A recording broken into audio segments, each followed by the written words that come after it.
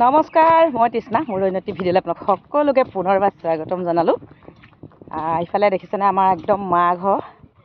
এইফালে মাহঁতৰ ঘৰটো এইফালে এৰি থৈ আহিছোঁ আৰু এইফালে একদম পথাৰত দেখিছেনে ইমান ডাঙৰ পথাৰখন দেখাই দিছোঁ আপোনালোকক। এইফালে দেখিছে যে এইটো হৈছে আমাৰ মাহঁতৰ ঘৰটো এতিয়া কেনেকৈ দেখাম। এইফালে এইটো ভাইটিয়ে ঘৰ বনাই আছে, এইফালে অলপ ওলাই আছে যে, আৰু সেইটো হৈছে আমাৰ মাহঁতৰ ঘৰটো।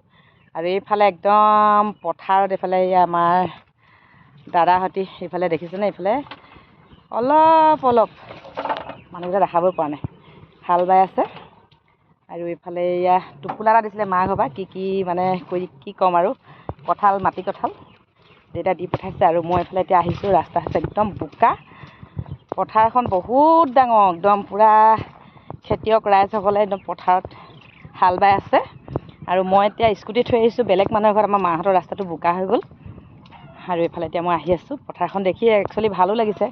সৰুতে ইয়াতে পথাৰতে ৰুই তুলি ধূলি বালি খেলি ডাঙৰ হৈছিলোঁ, আৰু এতিয়া বোকা হৈছে, বৰষুণ দিছে, আহিব মনে যোৱা নাই অৱশ্যে। ভতিজাৰ মানে ল'ৰাটোৱে বিয়া পাতিছে, সেইকাৰণে ঘৰলৈ আহিছিলোঁ বোকা পানী গছকি।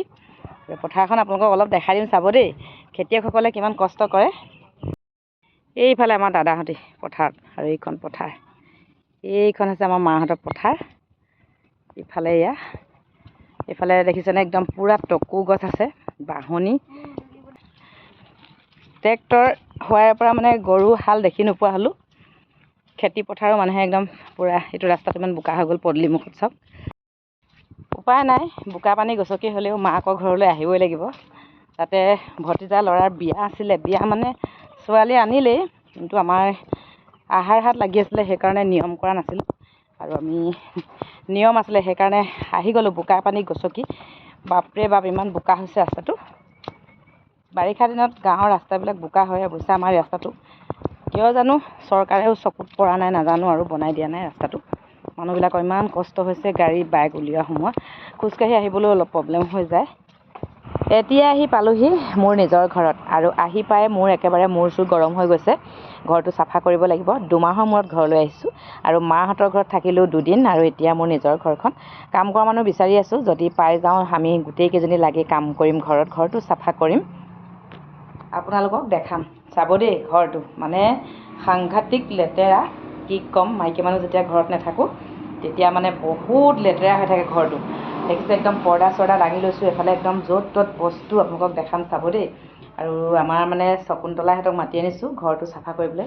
শাহুৱেক বোৱাৰীয়েক দুজনীয়ে ঘৰটো চাফা কৰি আছে অৱশ্যে।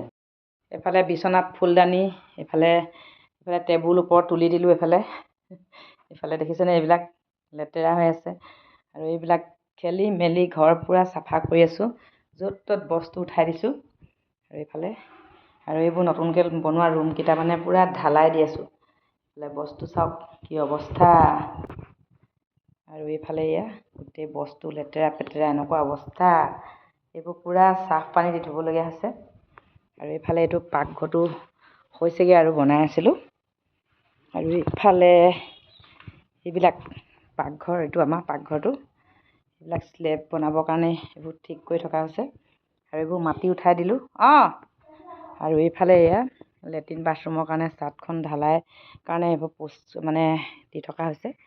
আৰু এতিয়া মানে আমাৰ ঘৰটো এনেকুৱা অৱস্থা, শাহু বোৱাৰী।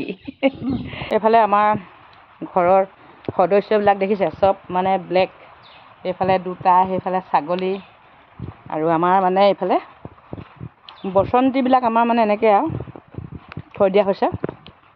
এইফালে গোটেই ঘৰত ছাগলী, কুকুৰা, হাঁহে মানে ঘৰৰ অৱস্থা নাইকিয়া কৰি দিছে।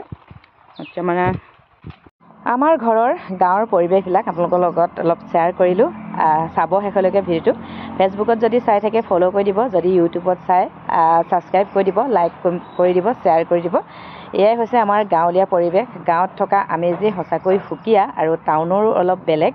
যিহেতু আমি সদায় গাঁৱতে থাকিব লাগিব, তথাপিও ঘৰৰ পৰিৱেশবিলাক দেখালোঁ। শেষলৈকে চাব। আজিলৈ বাই বাই সকলোকে।